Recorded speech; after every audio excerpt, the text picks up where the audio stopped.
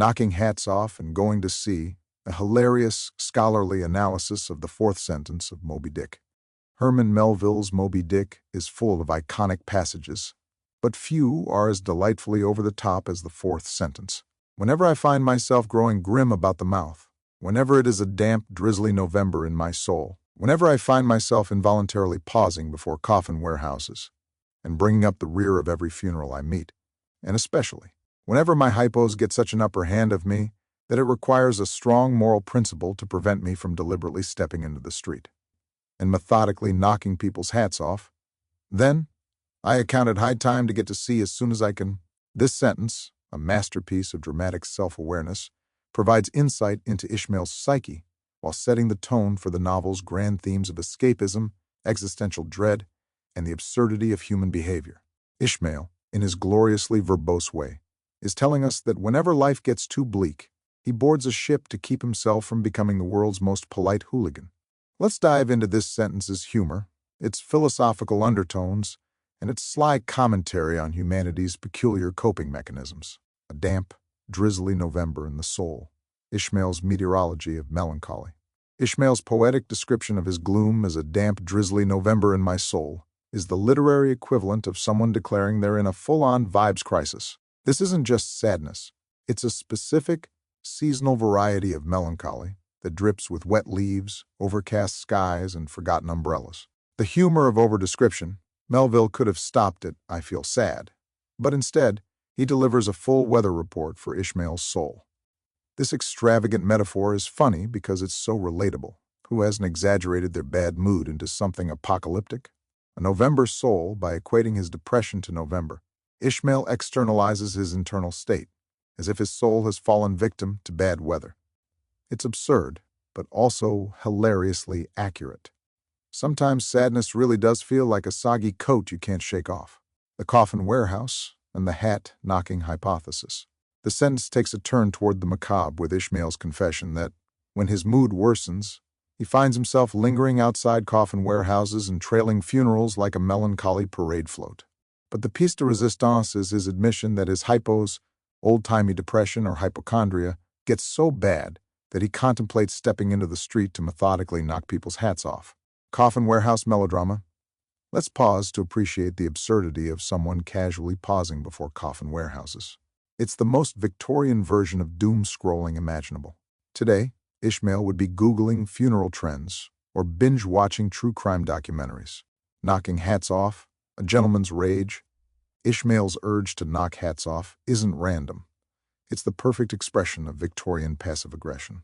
Unlike modern outbursts, which might involve flipping tables or shouting, Ishmael's rebellion is methodical and oddly polite. The humor lies in the specificity of the act. He's not smashing windows or fighting in the streets. He's just knocking hats off. Escaping the hypos, Ishmael's sea therapy. The culmination of Ishmael's over-the-top misery is his solution. Then, I account it high time to get to sea as soon as I can. For Ishmael, the sea isn't just a place. It's his Prozac, his yoga retreat, his all-in-one cure for melancholy and existential angst. Sea as cure-all.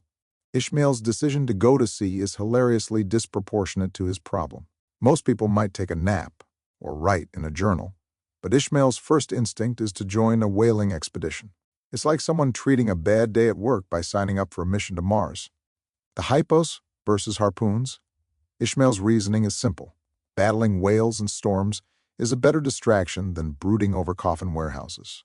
The humor here lies in the absurdity of his logic. Why choose peace when you can have harpoons? Humanity's absurd coping mechanisms. This sentence is a brilliant encapsulation of humanity's tendency to deal with existential dread in the most convoluted ways possible. Ishmael could simply talk to a friend, pick up a hobby, or take a brisk walk.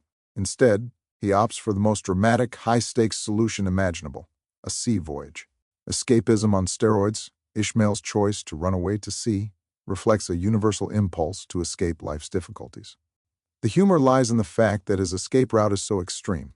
It's like quitting your job because the coffee machine broke. The hat knocking, as a cry for help. The image of Ishmael knocking hats off is both funny and poignant. It's a small, ridiculous act of rebellion that captures the absurdity of his despair. It's as if he's saying, if I don't go to sea, I'll have no choice but to become the pettiest of anarchists. Themes of control and chaos. This sentence also introduces a key tension in Moby-Dick, the balance between control and chaos. Ishmael's careful self-awareness, his recognition of his hypos, and his proactive decision to board a ship contrasts sharply with Ahab's obsessive quest for control over Moby-Dick. Ishmael's strategy is to surrender to the sea, while Ahab's is to dominate it. Ishmael's pragmatism, Ishmael accepts his limitations and opts for a solution that works for him, even if it's unconventional. His willingness to embrace the chaos of the sea highlights his flexibility. Ahab's hubris, where Ishmael goes to sea to cope, Ahab turns the sea into a battleground for his cosmic grievances. This sentence sets up Ishmael as the anti-Ahab, someone who finds solace in surrender rather than destruction. Conclusion: a Victorian hat knocker for the ages. The fourth sentence of Moby-Dick is a masterclass in literary comedy and existential drama. Ishmael's exaggerated gloom, his macabre hobbies, and his oddly specific urge to knock hats off make him one of literature's most relatable narrators. At its core, this sentence captures the absurdity of human coping mechanisms, how we rationalize our need for escape, and how we turn everyday despair into grand adventures. So, the next time you find yourself growing grim about the mouth, remember Ishmael's advice: go to sea, or at least do something less destructive than knocking hats off. After all, life is a damp, drizzly November for all of us sometimes, but the cure doesn't always have to involve a harpoon.